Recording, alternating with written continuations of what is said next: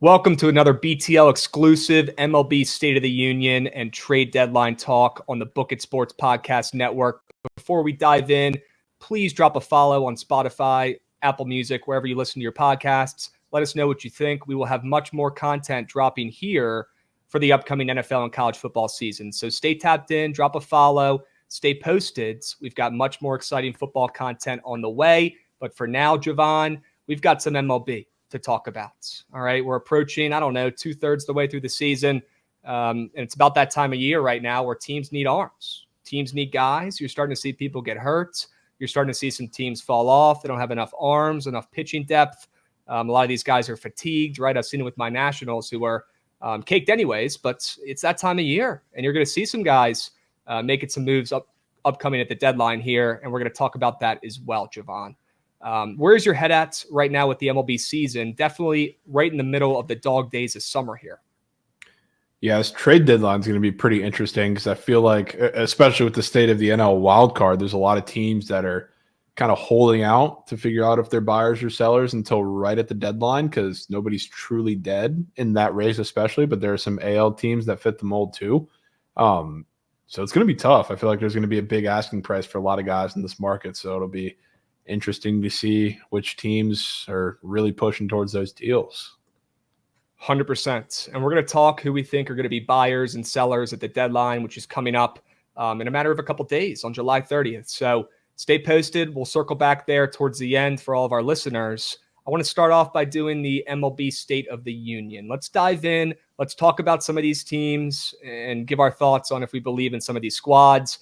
We could start off by talking about Clayton Kershaw, who made his first start of the season earlier today, the day of recording this podcast. Javon, is he going to be a difference maker for the Dodgers, or are they going to need to go out and get way more pieces? Is he moving the needle at all at this point in his career for the Dodgers?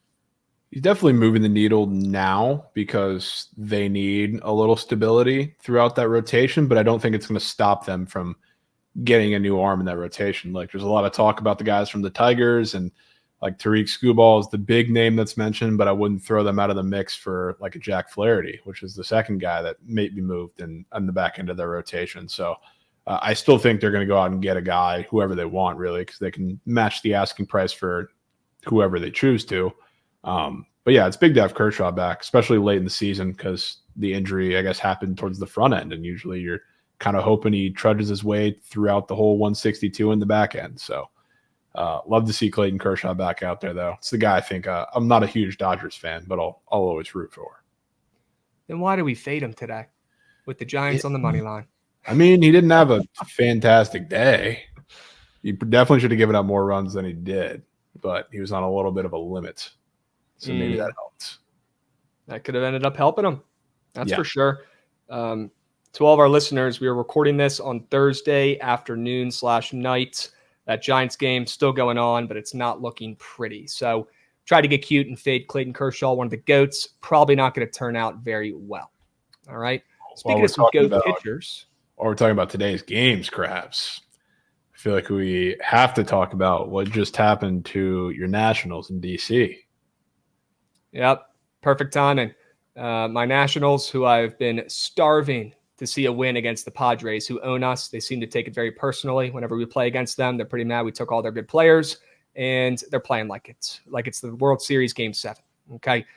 We just witnessed history today in Washington, D.C. Okay. Luckily, it was during the show, so I couldn't be there for that one. I'm surprised I wasn't, honestly. But Dylan Cease throwing a no-hitter against my Nationals. Okay. We cannot buy hits right now. Everyone in our offense is struggling right this second. I imagine it's probably because they know that there's some trades aloof, right? There's definitely some trades on the horizon in the coming week here as we approach the deadline. Some guys are thinking, am I going to be on this team in a week? Does this matter, right? CJ Abrams probably just saw us pay a ton of money for a shortstop in the second round of the MLB draft, who's supposed to be the next big thing. He's probably pissed off that we just drafted a shortstop and paid over slot for him in round 2, right? Maybe that's why he's struggling.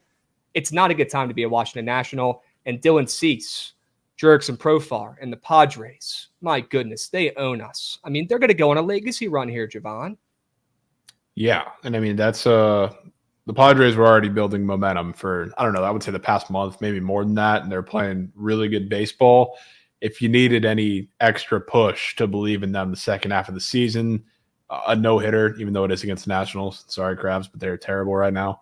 That could be something that absolutely ignites a clubhouse. So like right now they're sitting at 55-50, 5 games over, tied with the Mets as of right now for that second wild card spot.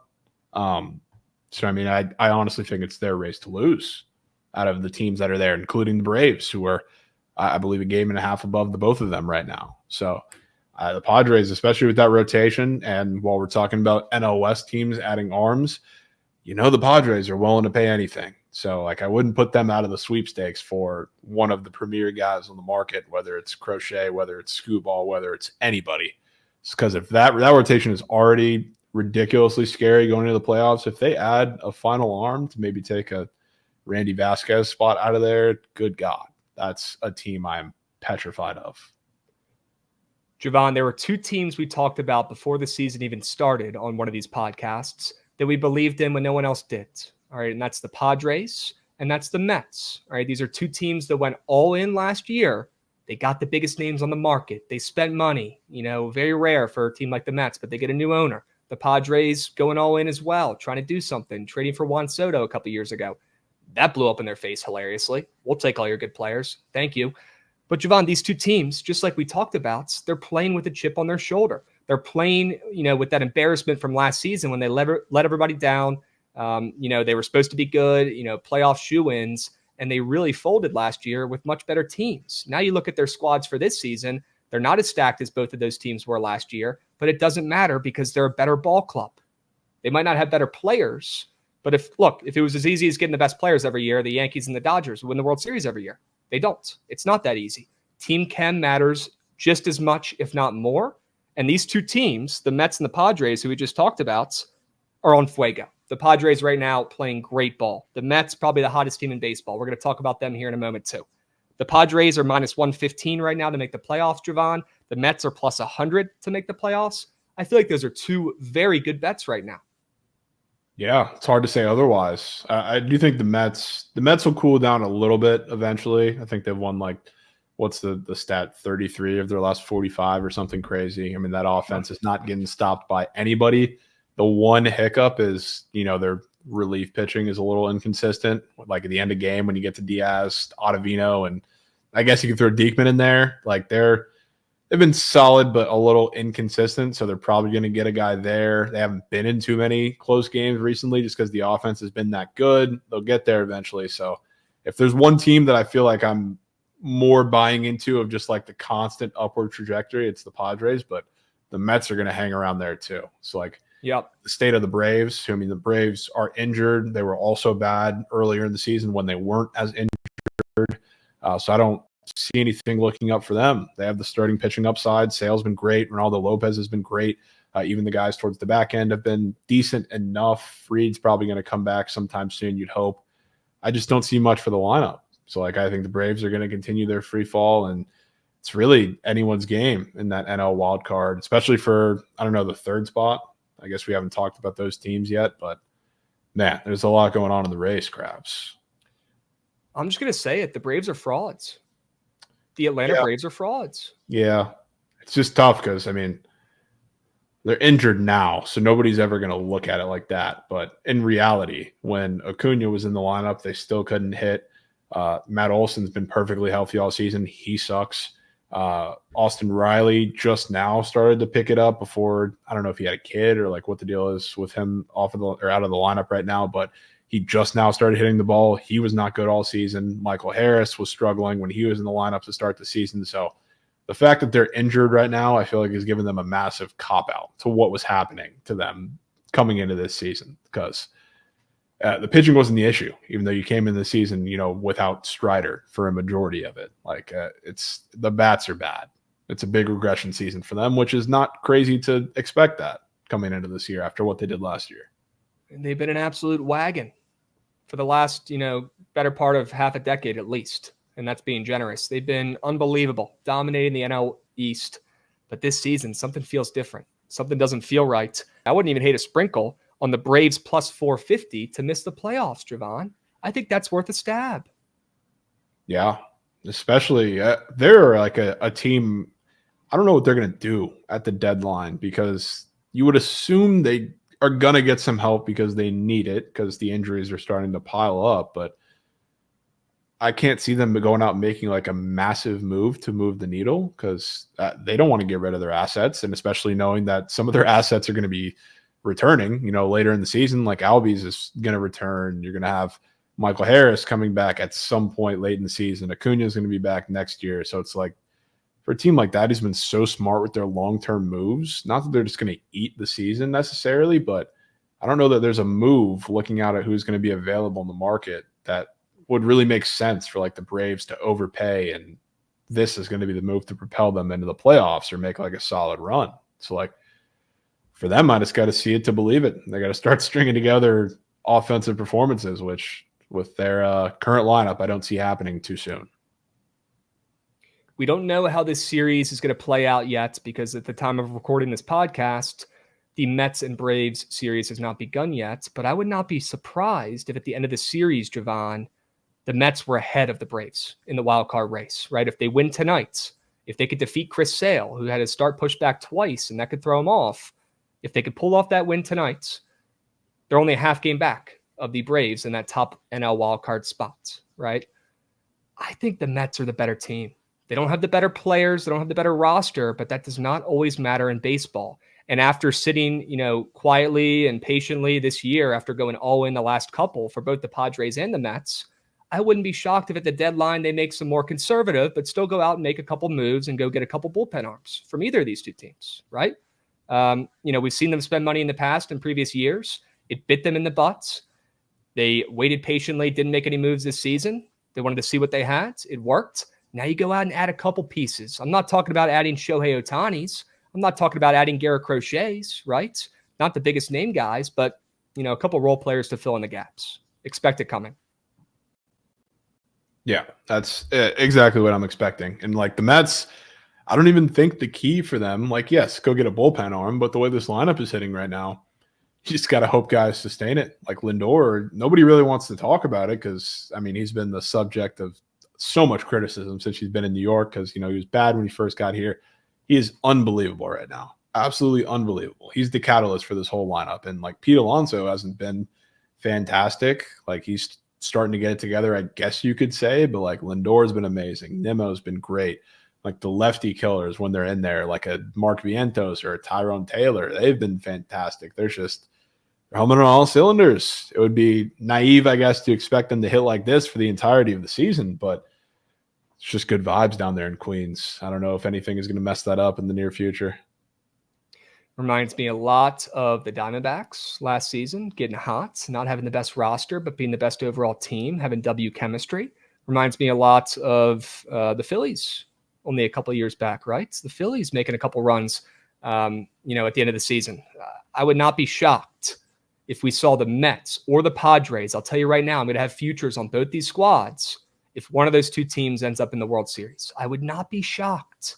Because I really do think the Dodgers are frauds, Javon. I think they're frauds.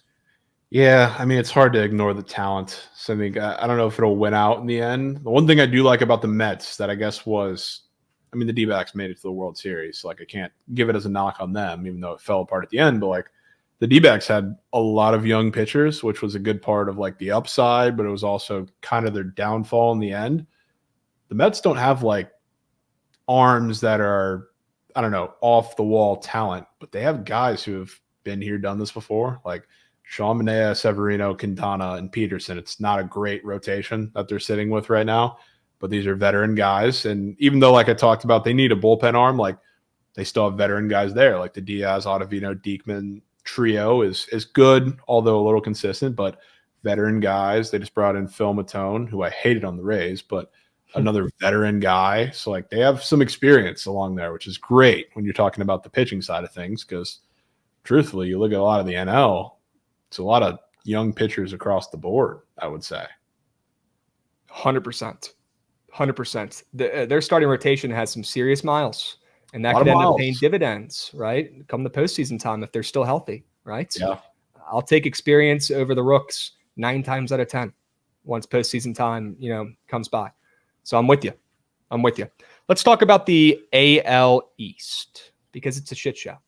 All right. You've got your Rays, who are pretty much out of it at this point. I mean, the Blue Jays, bless their hearts, but they're terrible. They're just a bad organization. And we're going to talk about them in a little bit. I would not be surprised if they sell some of their big name guys, right? The Red Sox, honestly, probably the most impressive, shocking team in this division. And I don't think anyone expected me to say those words at the beginning of the year, not even us. I know we said they had a chance to maybe do something cool, score some runs, but do we expect their, pitching situation to be this good? Definitely not. No chance. And they're hitting the heck out of the ball, and they're still lingering around in postseason contention. Now, they're not going to probably win the AL East. It's looking like it's going to be the Orioles, who are minus 120 to win the AL East, or the Yankees, who are minus 105 to win the AL East. But both of these teams have been limping, to the All-Star break and really struggling at this point of the season anyways, Javon. Who are you buying stock in, if anybody, in the AL East, which is an absolute shit show right now?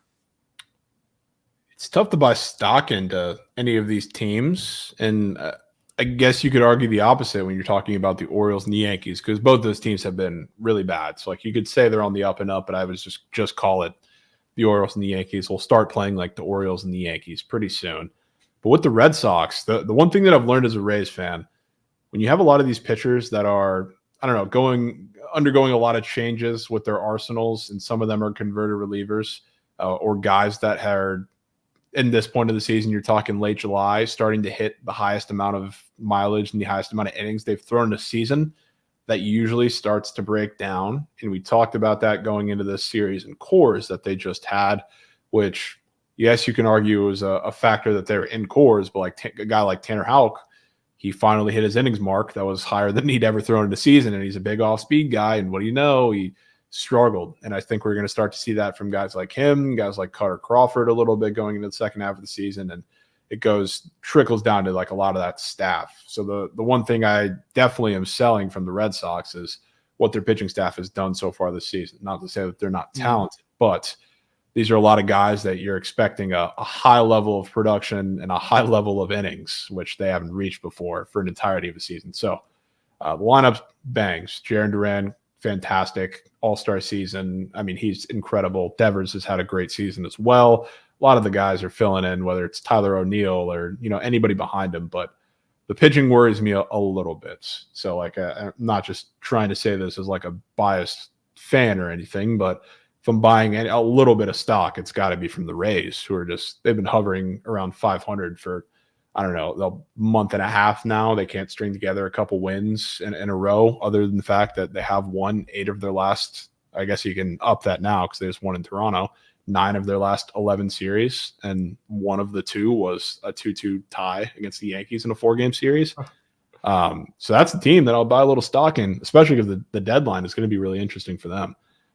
Jeffrey Springs and Drew Rasmussen are supposed to come back in the coming weeks. So Zach Eflin is probably going to be shipped somewhere, and I'm hoping that it's to get a catcher, because even though Alex Jackson actually had his first multi-hit game in 7 years, he's god-awful. The one thing he does, he's apparently the Taj Bradley whisperer, so he's his personal catcher, which is why he plays every time he starts, but he is one of the worst hitters I've ever watched in my life. So yep. The Rays are going to do the thing where they half sell, half buy at the deadline, and I think it's honestly a really good year to do that. So as long as the Andy Diaz situation gets resolved, which I'm honestly starting to panic because he's been on the restricted list for a while, and that's how the whole Wonder thing started. But as long as that gets settled, that team is going to start to stack some wins together pretty soon. It's more than they have. Okay. You're not giving up on your Rays just yet. You're liking what you're seeing out of the Red Sox so far, but who knows how long it'll last. The Red Sox right now are plus 165 to make the playoffs, Javon. They are 1 game out of the wild card in the American League, a game behind the Royals, right? So it's not like they have, the 2019 Washington Nationals sitting ahead of them. It's not like they have an absolute wagon sitting right ahead of them. It's just the Royals, right? Who knows how long their run's going to last as well. Do we think the Red Sox could sneak in? I think they can. I don't want to rule it out, but I will say that plus 165 feels a little good to be true, I would say, as yes, it does. A neutral with the way that they've been playing. I mean, they were one of the hottest teams in baseball just a couple weeks ago, and not to say they've cooled down to be one of the coldest, but they've had a few more questionable performances since then. So I think that plus 165 tells you all you need to know about what I think the pitching staff is going to do second half of the season here. Yep. We've already started to see them unravel a little bit coming out of the break. I'm with Other you. than Nick Pivetta. Nick Pivetta's been absolutely fantastic. That's a guy, I mean, Sure. he's been here, done that before, so he's not one of the guys I'm too worried about. But everybody else, yeah. He's a beast. And got to tip the cap to Alex Cora, one of the most underrated, best managers in baseball. I mean, he gives that team an extra 10, 15 wins a year, in my opinion. One of the best in-game managers, great, leader of men, great clubhouse guy as well. 20 times better manager than Aaron Boone and whatever they got going on over there in New York. It's not even close. Difference maker. Alex Cora is easily my favorite non-Rays AL East manager. I like seeing him win. You got to be good if you get caught cheating and they bring you back. Yeah. Right? That's how you know you're good. There you go. Your Rays are plus 550 to make the playoffs. Is that worth 0.25 units? I think that's an investment, Krabs. Wow. An investment. And again, like I will tell you when the Rays are dead. Literally last year I bet against them in the wild card against the Rangers both times, both games. Yeah, you're a piece of shit. Yeah, and maybe I am, but money is green, so I want to make it clear. I am not suggesting this out of my own emotional stake. I think this team, even if they do it by the skin of their teeth, and even if they don't do anything in the playoffs, I think they get there. I'm not done with the Yankees yet. Let's circle back here. Did you hear Juan Soto's comments the other day? I did. Talking about how they can't win this whole thing with two guys? Yeah. If you're a role player, he's not wrong at all. He's stating facts 100%. But if you're a role player in that clubhouse, if you're one of the other 7 guys in the lineup, aren't you thinking to yourself, fuck this guy? How does this help me? You go in and speak in front of the media and say we're the only 2 guys doing shit. Talk about a piss poor comment and looking like a shitty teammate, in my opinion. Maybe he's trying to get him riled up. In my opinion, he's acting like he's better than everyone else. He is. That's the thing that I don't hate about it. I mean, yes, like sure, get them riled up if you need to because they all suck. But if you haven't noticed, I don't know if you saw this a couple days ago, Krabs, but like the Yankees have been really toying with their lineups lately. Like they've been putting Jahmai Jones at the leadoff spot. They've been putting JD Davis since he's come back like in the cleanup spot. And like partially it's out of necessity because like nothing else is working. But I think this is going to be a really active deadline for the Yankees with a lot of their position players, even if they're not like huge ads. Like I think you're going to get a bunch of position players to just throw in the lineup and see if anything sticks. So if you're Soto, because he's not wrong, like everybody else not named Soto and not Judge in that lineup suck. Like Ben Rice has had his moments. Volpe had his moments earlier in the season. Now he's kind of cooled off, but really everybody else has been terrible. So I think a couple of those guys that he's talking about are going to be on a different team or just not see the field, period, for the rest of the season because it feels like the Yankees with the rotation they've assembled this year and the seasons that they got from Judge and Soto got to strike while the iron's hot. And the AL is pretty wide open, I would say, maybe the most wide open it's going to be for the next couple of years. So they're about to start pushing that button. I agree with you. Every word that he said in that interview was correct. It was facts. It was true. A toddler could have told you the same thing. Okay. Anybody could have said that, but that doesn't mean you say it. Yeah. That doesn't mean you say it. Okay. Because I can already imagine, right?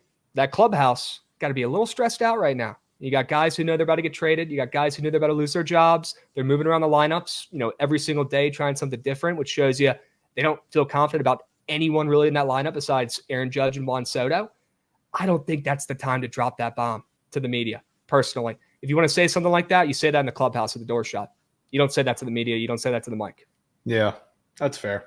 I will say, though, like, I think the Yankees got to start having some pressure put on them. The one thing, like the Rays were bad for like a couple weeks, and then the management dropped this bomb that they were going to decide what to do with the deadline, whether they're going to full on sell or wait it out for a little bit. This was back towards the end of May. They were going to decide that like in the next week and a half. And what do you know? As soon as that was said and put out in the media, they go on a crazy run. So like, I'm not going to argue that it's not a kind of a dick move by Soto to put that out in the public, even though it's true, but something's got to be done. If you're the Yankees, you got to try everything. Well, this is why the Rays are such a W organization and they always overperform, How about that communication from Mr. GM? I mean, what other teams are telling their players and giving them ultimatums saying, hey, guys, I'm going to be completely transparent with you. You got 2 weeks. You don't figure it out in 2 weeks, you're out of here. But I'm giving you warning. Here's your timeline. Figure it out. And it worked. Yeah. That's Rays baseball. That's W communication. That's a W org. And that's why the Rays, more often than not, finish with a better record than the Yankees in recent years, because you got to be a good organization. It starts from the top. And that's how it's fucking done. It's not done by bitching to the fucking media and talking about how you're the only good player on the team. It's done by rallying around, communicating, talking with each other, and keeping each other updated on the situation. And that's what the Rays did, and it worked. It kept them alive for a little bit longer. Got to respect it, right? All right, well, let's stay in the American League. All right? I want your thoughts on the AL West, Javon, because last time we talked, I don't know, about a month ago, doing the MLB State of the Union podcast, we were saying, okay, don't let the Astros get hot. It might be too late. Here they come. Lock in your futures. They're going to win the AL West. The Mariners are going to blow it. Well, now we're here. And that happened way more quickly than I expected. I mean, that was a crazy turnaround. You know, it helps when you go in and beat that team yourself, right? That helps in the standings for sure. But now we're seeing the Astros sitting at minus 145 to win the AL West. And the Mariners are plus 195. So it was fun while it lasted for Seattle when they had that nice little lead, you know, only a month or two ago. But Javon, the tables have turned. It's the Astros season. They're making another run again. Are you surprised? And do you think they're going to have enough juice this year to actually do something come postseason time?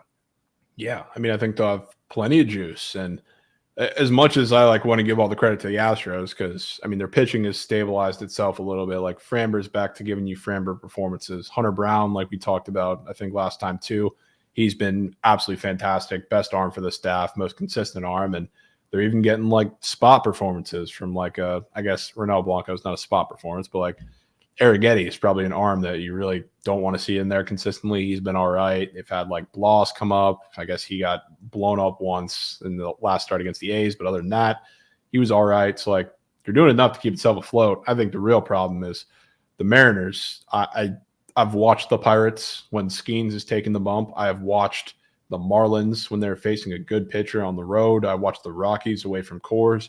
There's not a more painful offense to watch right now in the MLB than the Seattle Mariners, and that's a problem. I don't think there is a team that has a more glaring need for a bat than them right now, and it's really bad, and I don't see it getting much better.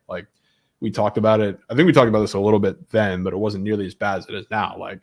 Julio Rodriguez is terrible. The jump we were expecting him from this year is bad.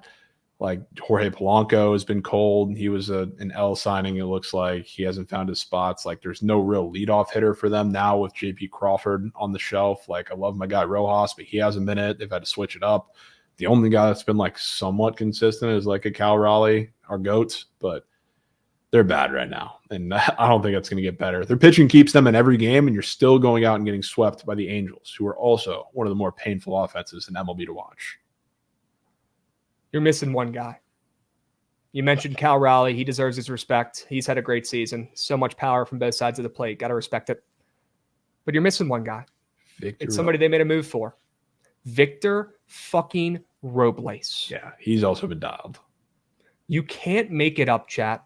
On the day we're recording this, the Nats get no hit by Dylan Cease. I'm literally wearing a DC hat right now. If you're watching on the YouTube stream, if you're listening on Spotify or Apple Music, it's a fresh hat. Just trust me. Okay. And you can always watch this full video live if you want to see our beautiful faces on the YouTube page at Bookit Sports. But Javon, I'll tell you what, man, Victor Robles, him getting released from the Nationals and going on an absolute tear was minus 1,000 to occur. And I want it on record. I said it was going to happen.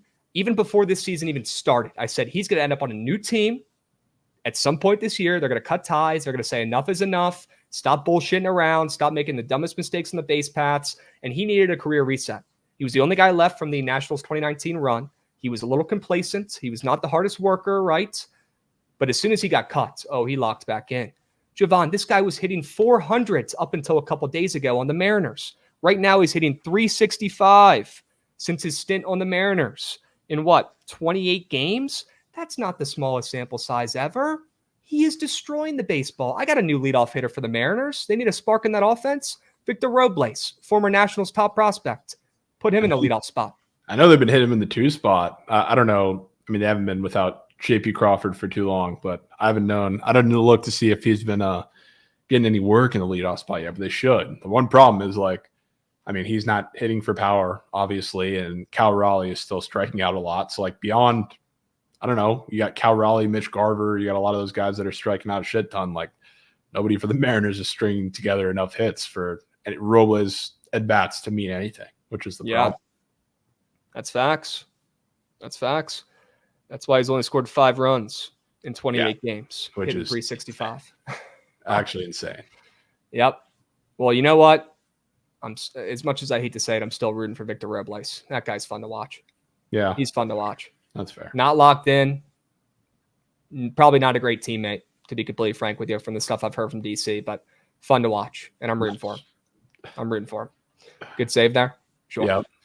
All right. Let's keep moving and grooving. A couple more things I want to talk about here before we move to the trade deadline talk. All right. Last time we were on here, Javon, we counted the Rangers out for dead. We said they're toast. There's no chance they make the playoffs. Well, in the last 30 days or so, this team they've turned it up a little bit. The Rangers are playing actually pretty good baseball right now. They're at least winning games right this second. And they're making themselves, I wouldn't say they're in the hunt just yet, but they're only 5 games back, Javon, and we have a lot of baseball left. Yeah. We counted them out a month ago. Are we willing to reassess that? Or are we still sticking with it that the Rangers are dead and they're not making the playoffs? Still don't think they're making the playoffs.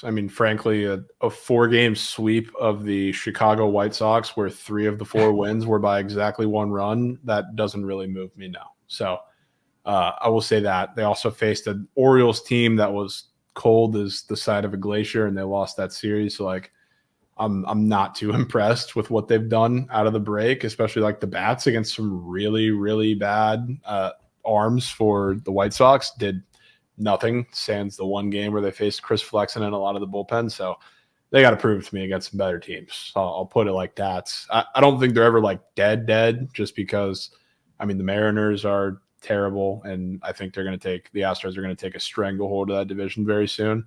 So the Mariners are bad. I think the Royals are going to fall off a little bit. I think the Red Sox are going to fall off harder. So beyond then, there's a lot of competition, I guess, for the last couple AL wildcard spots, but yeah, I still don't think they're getting one of them.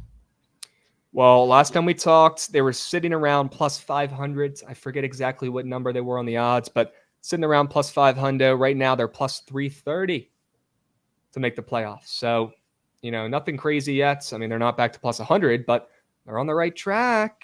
Who's to say a fat, happy, and complacent reigning World Series champ can't play perfect baseball down the stretch? That's probably what it's going to take. They're probably going to have to play perfect baseball and win damn near every series. Their deadline is really interesting too, because there's been talk about them selling everybody, especially on the pitching front, which is interesting. It's just I feel like they don't have a good grasp of where they are as an organization right now. I feel like they'll never come to accept that they're a very top-heavy team. Now, Semion's starting to get it going. Seager is still -1 game, been rather inconsistent for the team, but they're top-heavy there. The pitching's starting to get back and get healthy, so they've been better. But realistically, the bottom of that lineup had their year, and they're done. They need to acquire a bat, but I feel like their ego's a little in the way of that from what it seems to be. I don't know. If they were to go out and get a bat, they were to go out and kind of reshape their staff a little bit, I would be a little more in, but it seems like that's not what they're going to do. All right. We'll see how it plays out. All right. There's one more team I want to talk about. I saved the best for last, and no, it's not the Nats. Okay. To everybody listening, I'm not that naive, although I'm close. Javon, I want to talk about the Snakes. I want to talk about Arizona. I want to talk about their chances because on the last MLB State of the Union podcast, we said, hey, watch out for the Snakes. They're on the way. They're going to have a great second half. Don't let them get hot. It might be too late. Well, about a month later, Arizona's only 1 game out of the wild cards. And I know there's a ton of teams in that NL wild card race, but how many of them are legitimate? Well, besides really the top 3. And then you got the Cardinals who, who knows how long, their pretty solid season is going to last here. They could fall off. They got a lot of veterans and they're relying a lot on some veteran arms. I feel like the Diamondbacks have, just as good of a chance as pretty much everyone besides, one of the NL East teams and the Mets and the Braves, who are probably a shoo-in at this point to take at least one of the wild card spots, right? I'd say the Mets and the Padres Probably going to take 2 and 3. We'll see. But I would not be shocked if the Snakes snuck in there and made it weird towards the end down the stretch, Javon. Right now, their odds, plus 115 to make the playoffs, minus 135 to miss the playoffs. Like I said earlier, they are 1 game out of the wild cards. Are they making the playoffs or not? I think they'll miss, but I think it'll be close. Like, I still believe in the D-backs. The one thing that always keeps me around with the D-backs, outside of the fact that, like, I like their lineup. I love Cattell. Corbin Carroll's starting to play a little better. You know, you have Christian Walker in there who he can go off at any time. Gurriel's been solid. Jock's been solid. So, like, the lineup will always be there. Just, like, out of all of the teams in that NL wildcard race, it seems like, even though, like, I am down on Zach Gallen, he's still going to be a good pitcher. I'm just hoping he's a little more than a 3.47 pitcher. They have, like, the most stability, I would say, like, as a full starting 5 there. Like, between Gallen, they have Brandon Pfaadt, who's coming into this in his sophomore season. So, like, we were a little scared of his workload towards the end of the season last year. Now he's been there for a year, so I'm a little more comfortable there. They have Jordan Montgomery, who's coming back now healthy. They have Yober Diaz, too, who has been lights out. That's a guy, don't feel like all that comfortable backing him come playoff time necessarily because he is still super young, but electric stuff. And he really hasn't gotten touched up too much other than the Royals at home, where, I mean, we can talk about that for a while. They're for sure cheating at home with some of their numbers that are different from home and away, but that's an arm I believe in. It's just like, I think their pitching is good enough. The bullpen's still a little bit of an issue, but if they go out and just get like one arm to take the stress off of some of the guys in the back end, like, I think they're going to hang around. I just don't think they have necessarily the juice to get over a hump or anything. All right, well, you can't just drop a Royals or cheating bomb and then us not go into that and address it. Okay, what are you hearing? What are you seeing? Because obviously everyone can see the splits home and away for their offense. It's night and day. We've never seen splits like this before. What do you think's going on? Are they pulling a Astros special, smashing some shit in the dugouts? There has to be. They got the Yankees special, putting the cameras up in the outfield. What are they doing? I mean, I don't understand it because, like, it's not just for the sake of being a conspiracy theorist or whatever, because, like, we like the Royals in general, but sure, the home road splits are drastic, and especially drastic in the strikeout department. And, like, if you've seen any MLB players talk about playing at Kauffman Stadium, it's not like it's like the Astros players use the excuse for a while that, like, it's a really good hitting backdrop in Houston, so, like, they feel so much more comfortable. Nobody likes hitting in Kauffman Stadium. With that fucking crown out there in center field to look at. So the fact that their strikeout numbers are as drastically down, even though, like, if you look at all the pitchers they've faced higher strikeout pitchers in their own house. So it doesn't add up in the slightest. So, like, again, I'm not just trying to sit here and be a conspiracy theorist just for shits and gigs, but it's clear that there's something going on in Kansas City. I mean, Javon, let me give you a rundown of some of these numbers for the 2024 season. All right. The Royals at home, they're striking out 11% of the time. On the road, 21%, a 10% discrepancy. You look at the batting averages. I mean, this might be the craziest part of it all.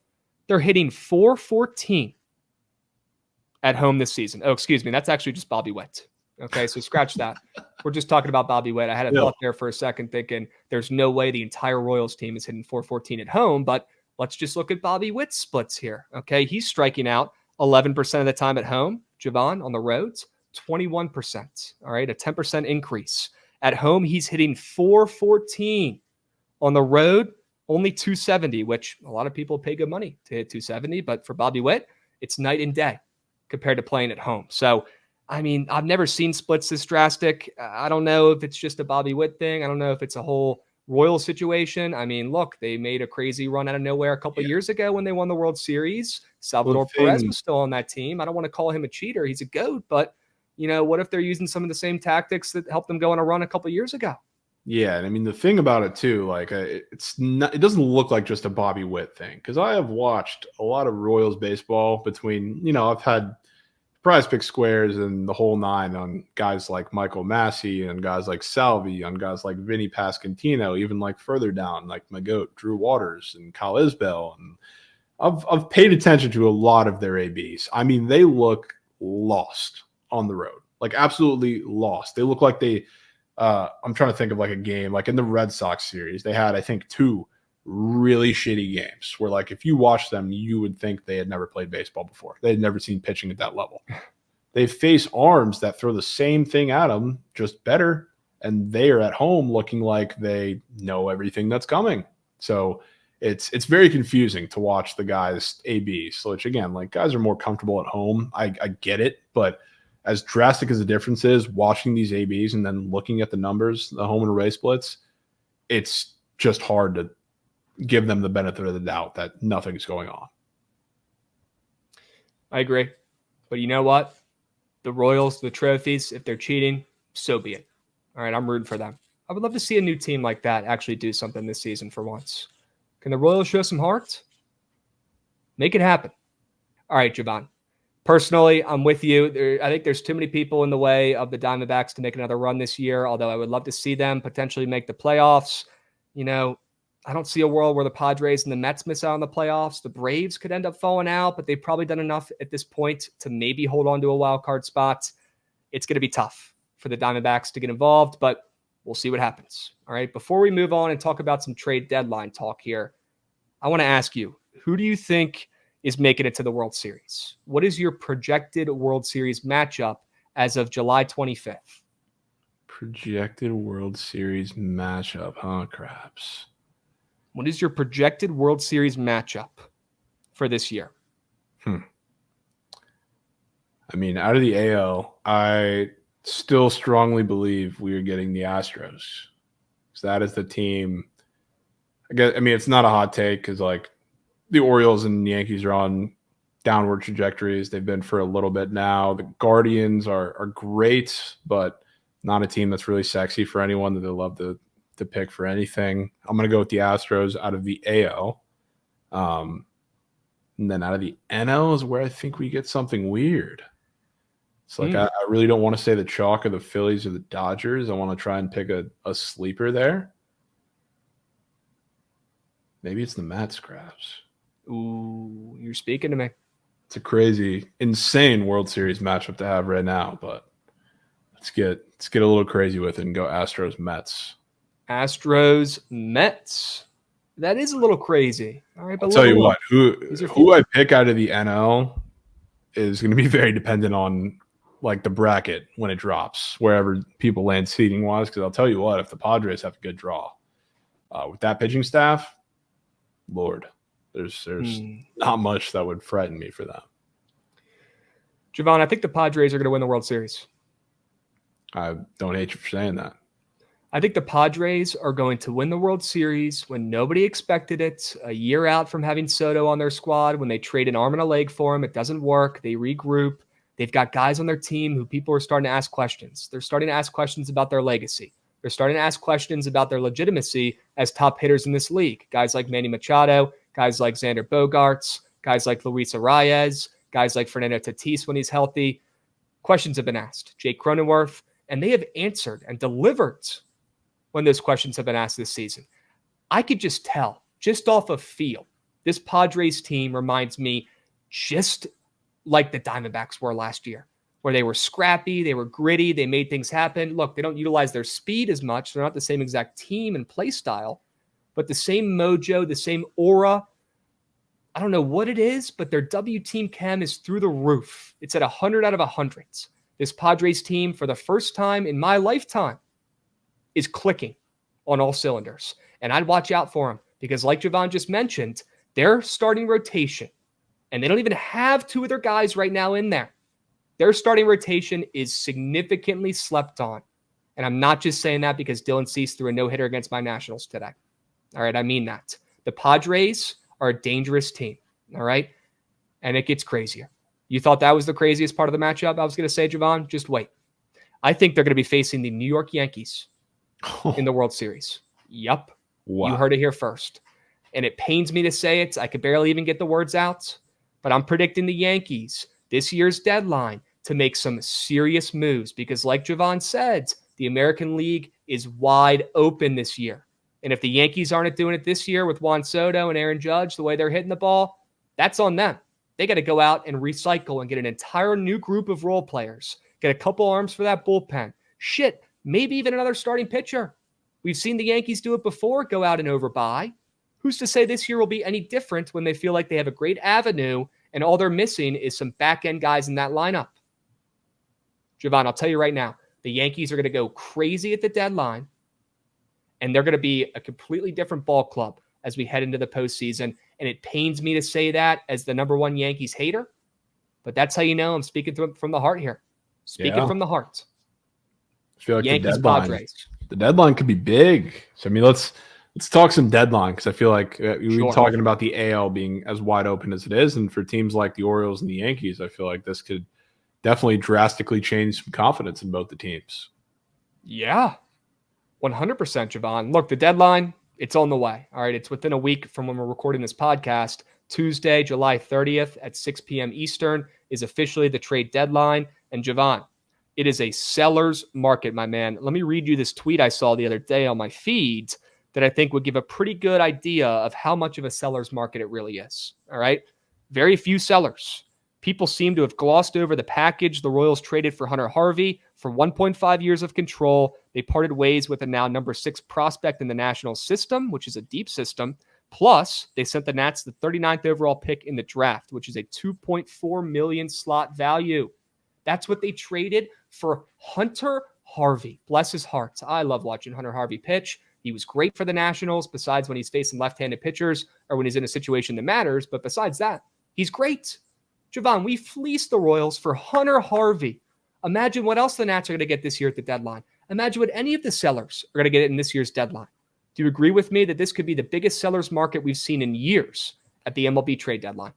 Yeah, that's why I like a lot of the big pitchers getting moved. It's so hard to project, because like everybody thinks, and I'm not saying this just because of Gootz, but everybody's thinking the Orioles get everybody. And I would say that they're very stupid to be involved in all these deals when they're a team that's built off a lot of this young talent, trading them for, yes, like controllable arms, relatively younger arms, but I think it's a crazy move to mortgage your future on those instead of get like a back end guy that's, I don't know, controllable, but a little more stable on the back end, especially if you're talking like a Tariq Skubal, who has had his fair share of injury history, and knock on wood, he's been injury free so far this year, but who's to count on that for the next 2 years of control that they're kind of banking on for a lot of the value in that trade? So yeah, some of the deals and some of the returns you get for a lot of these guys are going to be nuts, which is why, I mean, these are going to be some blockbuster deals. I mean, Javon, the Nationals figured out how much of a seller's market this is going to be, so much so that they started a ticket promotion about a week or so ago where you had to buy the tickets before the All-Star break ended because they know they're about to ship away all of their guys in that lineup who aren't key pieces for the future. They said, we're going to sell $25 tickets and you get $5 beers, all you can drink at the park, because they know that no one in fucking earth is going to buy a ticket for the Nats game with the lineup they're going to have towards the end of the season once they trade away all their guys. They're making crazy moves. They're on the way. I don't want to talk about the Nats for this entire podcast, but I do want your thoughts because you're non-biased. Who do you think the Nats are going to trade? Who's going to move? And I want to tell you if you're right or wrong, because I already know. You already know. I mean, it's tough because like the Nats, I feel like they got to sell off all of their veteran guys. Like you got to send off Winker for what you could get for him. I don't know where they're at with Juan Yepez, but I mean, he fits the bill, at least as a guy that should probably be on the move, but I don't know if they've, had their fair share of Yepez at this point, or I don't know what the deal is because he's on a hot streak, but he hasn't been with the team that long either. So like a lot of the veteran guys, I feel like have to go because I feel like they know who their young core is as of now, both on the pitching staff and position player wise. So I would think Winker's got to be top of the list, first to go. Winker's going to be one of the top bats moved at the deadline. Yeah. He's going to bring back some serious ammo for the Nats in the coming years. My goodness, I am stoked. Great job, Mike Rizzo, who gets hate for no reason. I know a lot of GMs do, but Mike Rizzo, I trust you, my man. You're killing it. Derek Law and Kyle Finnegan. They will both be gone from the bullpen, and I would not be surprised if those deals are very similar. Derek Law, you wouldn't expect it because he looks like a 40-year-old gym teacher, has better expected stats than Kyle Finnegan, who, I mean, it's not the most surprising thing ever if you know ball because Finnegan's having a career year, but, how long can we expect that to continue? He's been very shaky overall in his career. So those guys are gone. I would not be surprised if Lane Thomas gets moved, but We need somebody else to play outfield at this point, especially if we're going to be moving Jesse Winker. But he's been DHing a lot as well.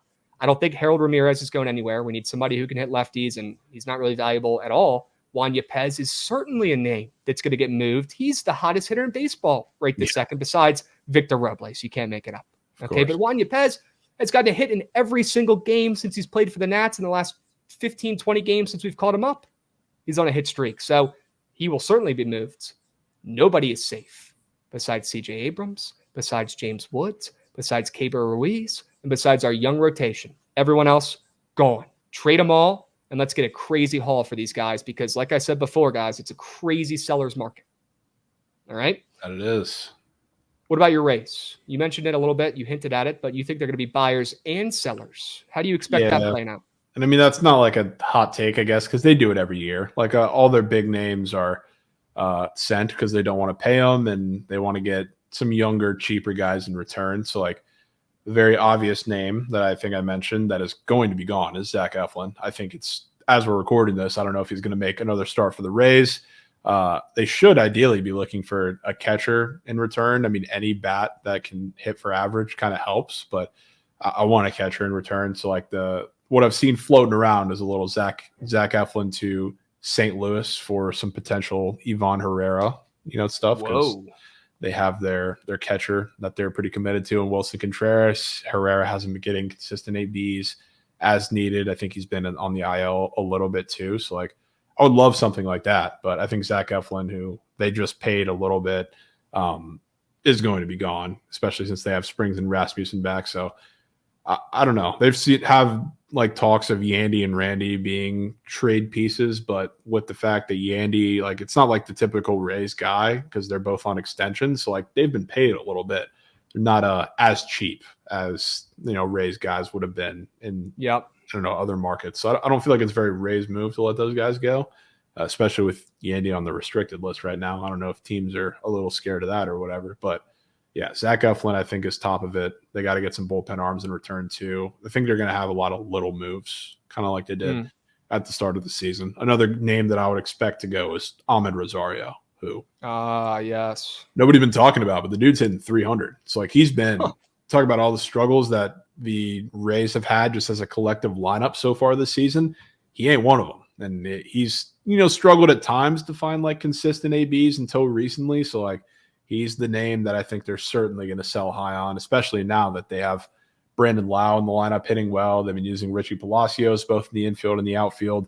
And you would think, prayers and fingers crossed, that Junior Caminero is going to be coming back up really, really soon. So the middle infield seems fine. And Rosario has been the piece that they're working on this season, get him off the streets in the offseason in the spring and putting him back together.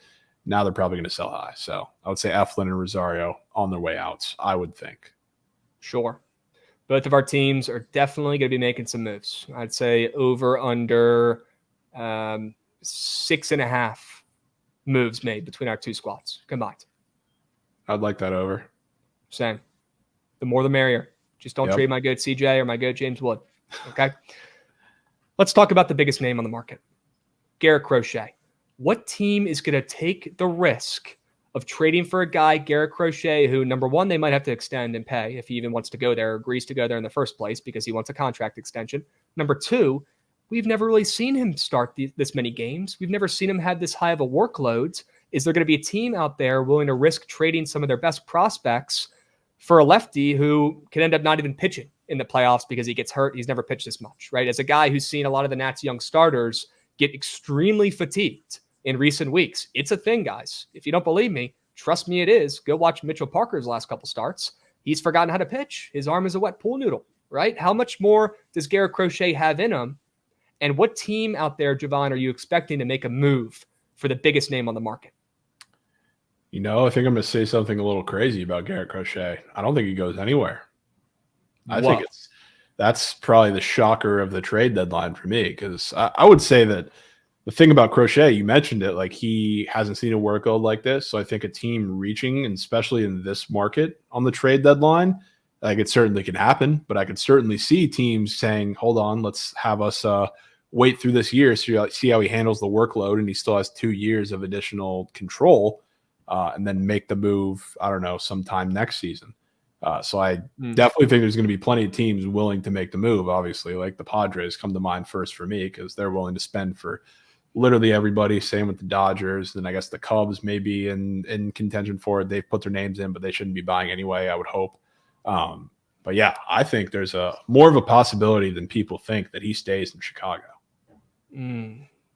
That would be wild. You're the only person that said that, but the more we talk through it, the more it honestly makes sense. Teams are going to have to give up way more than they should for a risky arm who's never pitched this long before. Maybe he ends up just staying put.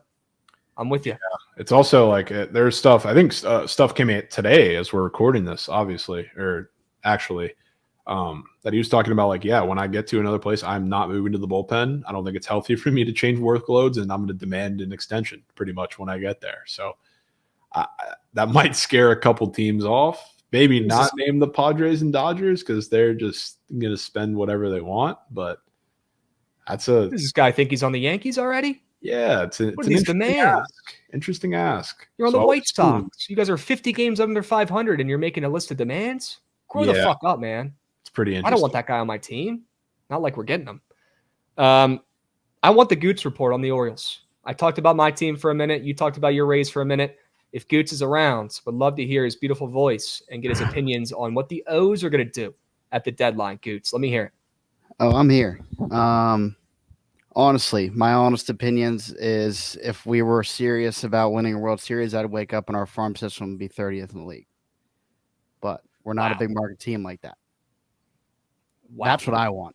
I want to go for it. But since we're a small market team, it's really unheard of.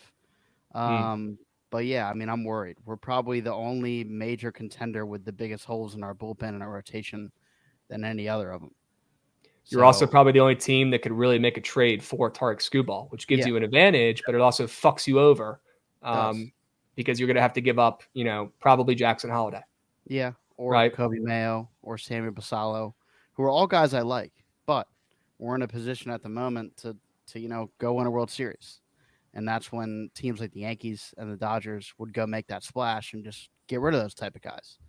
So, I mean, I'm curious. Mike Elias is usually a little passive, especially with his farm system because that's how we built this team, with the farm system. So it's kind of uncharted territory for us at the moment. It certainly is, but you do have a new owner, so maybe he's open to bringing on some more people on the payroll. We do. It's uncharted territory for the O's, like you're saying, right? Yeah, we got to pay Gunnar, we got to pay Adley, got to pay Corbin Burns, hopefully. Yep. So I mean, there's a lot on the table. There's a lot going on. I'm curious to see what happens. I wouldn't say I'm very confident, but I don't know. Yeah. Okay. Well, you talked about what you wanted to happen, Gootz. What is your prediction as to what actually happens? What do you think the O's actually do? Is there one move you could see them doing like it was yesterday? I say they get rid of some lower end prospects like, Dylan Beavers. Maybe they get rid of a Kyle Stowers. He's just 26. So he's not that young of a prospect for teams to want. But like Jameson Taillon, like he's a guy who's apparently reports linked to the Orioles. Eric Fetty, Griffin Canning. Sure. Like there's guys out there that, I mean, maybe Tyler Anderson, who knows? But those lower end, middle end starters that are prototypical Orioles. Gootz, we give you shit for being the first team all Orioles slurper, but you know your stuff. And those are every name you just mentioned, I could see it like it was yesterday in an Orioles uniform. I mean, right? my favorite would be getting back Jack Flaherty. I mean, he's been great, and that's not a guy that we have to sell the house for. And, I wouldn't be as mad if he's starting, game 4 of a playoff game. He's been great this year. He's been nails. That's probably our highest end guy that I think we even possibly get. Yeah, I think you're going to be stuck with the Bookit with Trent lookalike, Jameson Taillon. Great. But we'll see. Yep. Can't wait for that. We'll see. All right. Well, Javon, a couple more things here before we wrap up. Some of these sellers, right? There's a couple teams we know are going to be sellers. The Rays and the Nats. I know the Rays are going to buy a couple guys, but technically still sellers, right? The Giants, Toronto, those two teams got to be sellers as well, right? Are we going to see those two teams who have been underperforming all year sell some of their big name guys? Are we going to hear Vladdy's name getting moved around? Are we going to hear Bo Bichette's name getting moved? Are we going to hear some of these guys from San Fran, like Soler, getting traded? What are your thoughts on these sellers in this market? See, the Blue Jays, I would assume they're going to sell. It's just, I don't think Vlad's going to go. Bo Bichette was the obvious name, but now that he's hurt, and now that he's playing like shit, like he has for the past couple months, I think they've screwed themselves in value. I think they should have blown this up after last season, and now they've put themselves in a very unfortunate position to where the return is going to be nowhere near the same, because realistically, they need some younger, controllable arms that they believe in, especially for that bullpen. So they need to do that, then retool the position group. But yeah, Bo Bichette should be gone. I don't think it's going to happen, but I think Dalton Varsho being on the move somewhere else would be a potentially smart move. It's just with the Blue Jays, they need to do a lot of the things that they should have done a year ago.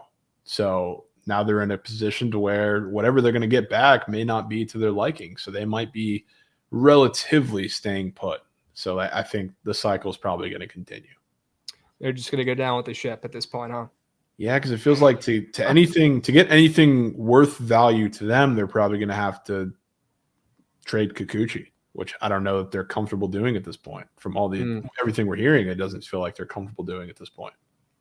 Yeah, I could see them trading guys more along the lines of Kevin Gausman, Jose Barrios, those guys, right? Yeah. Some of those veterans. I don't know if we're going to hear Kikuchi's name called. All right. Any other trade deadline takes? I know we got a couple buyers, right? The Mariners are probably going to be buyers. We talked about the Orioles. I'm sure the Dodgers and the Yankees are going to go out there and be huge buyers. Any takes you got for any of these teams looking to add, to their lineups, to their rotations? Yeah. I guess we'll circle back to Skubal for a little bit. I think you're right that the only team that can make an offer for Tariq Skubal is the Orioles. So if they don't do it, I don't think anybody's going to do it. So I think I'm a little more on an island with saying Crochet isn't going anywhere than Skubal, but I think Skubal stays too. You know what I think scares the shit out of that Tigers front office? Spencer Torkelson, who is a young piece that they're very excited about and is now sitting in AAA hitting like 150. So yeah. I don't know if the young talent, although they're going to get a ton of it from the Orioles if they trade Skubal, I don't think it's as enticing to them as it may have been a year ago. So I think that scares them a little bit. And the Orioles the only team that can do it. I don't think they do it. I have had a couple of visions. One of them has definitely been the Reds making a deal with the Orioles, whether it ends up being Nick Martinez or Frankie Montas, who are known to be on the trade block at this point. Again, I think Gootz is 100% right. They're going to end up with one of those pitchers that's not a big-time flashy name, but gives them a little stability and depth on the back end of the rotation. So Montas fits that. Martinez is also you can start him for a relatively shorter start, or you can put him in the bullpen as a longer relief guy. So, unironically, I think those would be pretty decent moves for the Orioles if they don't land a big fish like a Skubal or a Flaherty or, I don't know, even a Crochet, even though that I don't think that's going to happen. So, yeah, that's what I think is going to happen as far as the AL goes. As far as the NL goes, I think the Brewers are going to make an interesting move. I don't know what it's going to be, but if you look at their rotation, they need rotation help. They're very injured really throughout their pitching staff. They had the Dallas Keuchel thing that, started up and immediately flopped. They have Freddie Peralta, who's often injured. Tobias Myers has come up and he's been decent. They've had to use Colin Rea in 15 different ways. They need an arm because not to say the NL Central is blowing them away. I don't think you're going to get challenged for the top spot there. But as far as doing something in the postseason, they very obviously need another arm. So I would keep my eyes on them. I don't know who it's going to be, but there are a lot of, those middle tier pitchers out there that I think they could use. And one might end up in that Brewers pitching lab. And we're going to be looking here come early September saying, shit, now that they're healthy and they made the move at the deadline, that Brewers team, who hopefully is hitting a little better by that point, is kind of getting a little scary. So I think they're going to make a surprising move at the deadline. Okay. I've got a couple more takes here to wrap us up, and then we'll get out of here. We'll let you guys go. A couple of Nats takes where I expect my guys to go. A couple predictions. I'm hitting one of these. All right. So come back, hit me up on Twitter at Krabs_bets once this actually occurs in the next week or so. I think Jesse Winker and or Juan Yepez are going to get moved to the Mariners. The Mariners need a first baseman. The Mariners need offense, for the love of God. They've had Jesse Winker before.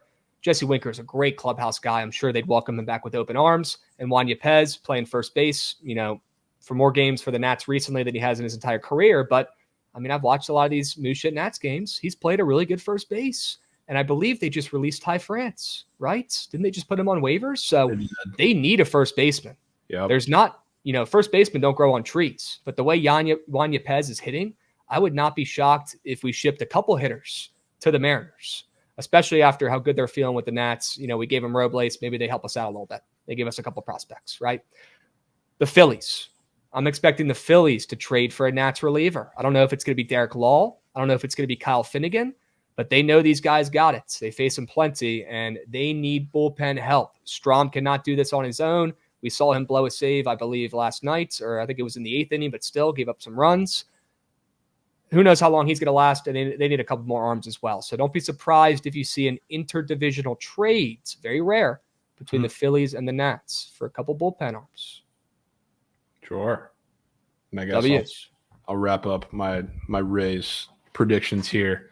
I think Eflin goes, I think Rosario goes, and I think Zach Littell goes. The three of them feel like, I don't want to say certainties, but feel very, very likely to be moved. And I think the Rays are definitely buying into Rasmussen and Springs being back very soon, and they're going to get a bat back in return. That's, I don't know, on the level of like the Richie Palacios, Ahmed Rosario guys where like nobody really pays attention to it at the time, but they're going to pop up and do some great things. So I'm kind of excited as you can be when your team's selling off guys.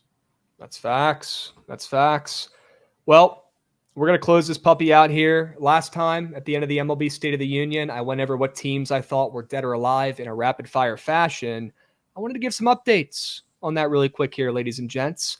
I want to see if there's been any changes. Now, I don't know if I'm allowed to bring any of these teams I already ruled dead as alive, but looking at this list, I feel like overall, Javon, it still kind of holds true.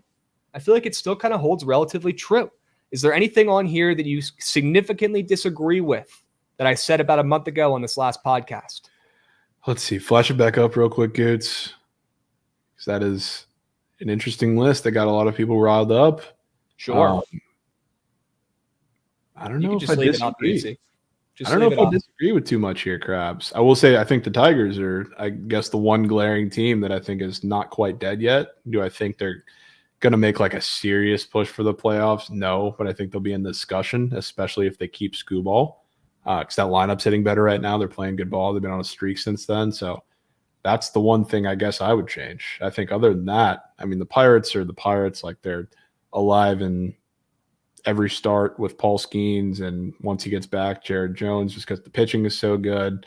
They went on a streak too. But I think that's more likely to come crashing down than the Tigers. So I say that would be my one. Okay.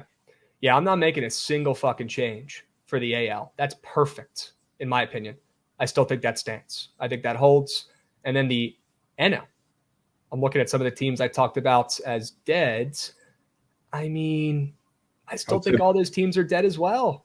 I think the Reds are teetering in the next couple weeks. I think the next, really up until the deadline, they could be dead. But sure. It's just, they're so weird, dude. They go and lose and get swept by some of the worst teams in baseball, then they sweep some of the best teams in baseball. So I don't know what their schedule looks like leading up to the trade deadline, but hopefully they're playing good fucking teams because that's the only way they're getting wins these days. Sure. I do need to make a couple corrections to that list from last month. To all of our listeners, I had the Reds, Diamondbacks, Cardinals, Braves, Brewers, Nationals, Mets, Padres, Phillies, and Dodgers all alive in the National League. There are two teams I need to remove from that list. And you could probably guess who they are. The Reds and the Nationals. #gratitude. It has to be done. Yeah. Get the Nats out of here. What was I thinking putting them in the alive category only a short month ago? I don't know what I must have seen, but I must have liked it at the time. Yeah, I didn't even notice them peeking down at that list. So yeah, get them out of there fast. Sure. All right. Well, we went over a lot today. I hope all of our listeners enjoyed this podcast. We talked MLB State of the Union, what teams we still liked, what teams we're out on, We talked about the MLB trade deadline and what teams we think are dead or alive. Like I said in the beginning of the podcast, please drop a follow, stay a while. We're going to have plenty more NFL content, MLB playoffs content in the coming weeks. The NFL season is only about 5 weeks away. College football, even sooner. So drop a follow, stay posted for more content here on the Bookit Sports Podcast Network. Hope you all enjoyed this MLB State of the Union and trade deadline talk. Make sure you follow us on YouTube at Bookit Sports, Twitch at Bookit Sports, and we have a live show every day at 12:30 p.m. Eastern on the Bookit Sports Twitch and YouTube talking about winners, sports bets, how we can make you guys coins responsibly on the daily. So make sure you check that out as well and follow the Bookit Sports Podcast Network on Spotify or wherever you get your podcasts. We'll catch you guys next time. Appreciate you listening. We'll be seeing. We will.